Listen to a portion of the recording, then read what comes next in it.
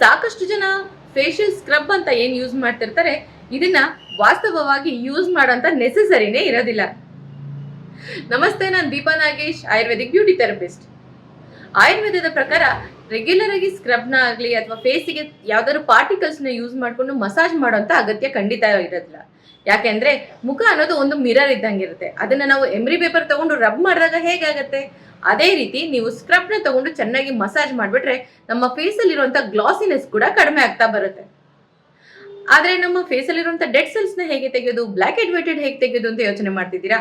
ತುಂಬಾನೇ ಈಸಿಯಾಗಿ ಹೇಗೆ ಮನೇಲಿ ರಿಮೂವ್ ಮಾಡ್ಬೋದು ಅಂತ ಹೇಳ್ಕೊಡ್ತೀನಿ. ಈ ಸಣ್ಣ ಸಣ್ಣ ಟೆಕ್ನಿಕ್ ನ ಯೂಸ್ ಮಾಡಿಕೊಂಡು ನೀವು ಕೂಡ ಎಕ್ಸ್ಫೋಲಿಯೇಟ್ ನ ಮಾಡ್ಬೋದು. ಹಾಗೆಂತ ಯಾವ್ದು ಕೆಮಿಕಲ್ ಪ್ರಾಡಕ್ಟ್ ನ ಯೂಸ್ ಮಾಡೋಂತ ಅಗತ್ಯ ಖಂಡಿತ ಇರೋದಿಲ್ಲ. ಫೇಸ್ ಅಲ್ಲಿರುವಂತ ಡೆಡ್ ಸೆಲ್ಸ್ ನ ಅಥವಾ ಬಾಡಿಲಿ ಇರುವಂತ ಡೆಡ್ ಸೆಲ್ಸ್ ನ ಈಸಿಯಾಗಿ ರಿಮೂವ್ ಮಾಡ್ಬೇಕಂದ್ರೆ ಒಂದು ಈಸಿ ಟೆಕ್ನಿಕ್ ಹೇಳ್ಕೊಡ್ತೀನಿ. ಖಂಡಿತವಾಗ್ಲೂ ಇದನ್ನ ಟ್ರೈ ಮಾಡಿ. ಮನೆಯಲ್ಲೇ ಸಿಗುವಂತ ಅಕ್ಕಿ ಹಿಟ್ಟು ಅಥವಾ ಕಡಲೆ ಹಿಟ್ಟನ್ನ ಸ್ವಲ್ಪ ಬಿಸಿ ನೀರಲ್ಲಿ ನೀಟಾಗಿ ಮಿಕ್ಸ್ ಮಾಡ್ಕೊಳ್ಳಿ. ಇದಕ್ಕೆ ಸ್ವಲ್ಪ ನೀವು ಕಾಫಿ ಪೌಡರ್ನ ಕೂಡ ಆ್ಯಡ್ ಮಾಡ್ಕೊಳ್ಬೋದು. ಅದು ತುಂಬಾ ಒಳ್ಳೆ ಎಕ್ಸ್ಫೋಲಿಯೇಟರ್ ಆಗಿ ವರ್ಕ್ ಆಗುತ್ತೆ. ಇದನ್ನ ಫೇಸ್ ಮೇಲೆ ಅಥವಾ ಬಾಡಿಗೆ ಅಪ್ಲೈ ಮಾಡಿ ಜೆಂಟಲ್ ಆಗಿ ಕ್ಲಾಕ್ ವೈಸ್ ಮಸಾಜ್ ಮಾಡ್ತಾ ಬನ್ನಿ. ಒಂದು 2 ನಿಮಿಷ ಬಿಟ್ಬಿಟ್ಟು ಬಿಸಿ ನೀರಿಂದ ವಾಶ್ ಮಾಡೋದ್ರಿಂದ ತುಂಬಾ ಚೆನ್ನಾಗಿ ಸ್ಕಿನ್ ಎಕ್ಸ್ಫೋಲಿಯೇಟ್ ಕೂಡ ಆಗುತ್ತೆ.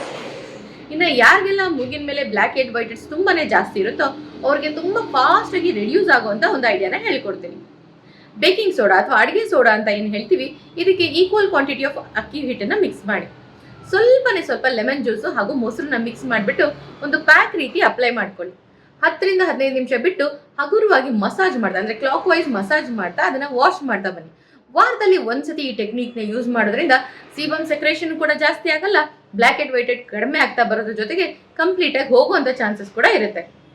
ಇನ್ನು ಯಾರಿಗೆಲ್ಲ ತುಂಬಾ ಡ್ರೈ ಸ್ಕಿನ್ ಇರುತ್ತೆ, ಡೆಡ್ ಸೆಲ್ಸ್ ಆಗುತ್ತೆ ಅಂತನ್ನೋರು ಈ ಸ್ಕ್ರಬ್ಗಳನ್ನೆಲ್ಲ ಯೂಸ್ ಮಾಡೋ ಬದಲಿಗೆ ಬಾದಾಮಿ ಅಂತ ಹೇಳ್ತೀವಿ, ಅಂದ್ರೆ ಬಾದಾಮಿನ ಚೆನ್ನಾಗಿ ನೆನೆಸಿ ಅದನ್ನ ಗ್ರೈಂಡ್ ಮಾಡಿ ಫೇಸ್ ಪ್ಯಾಕ್ ರೀತಿ ಅಪ್ಲೈ ಮಾಡ್ಕೊಳ್ಳಿ.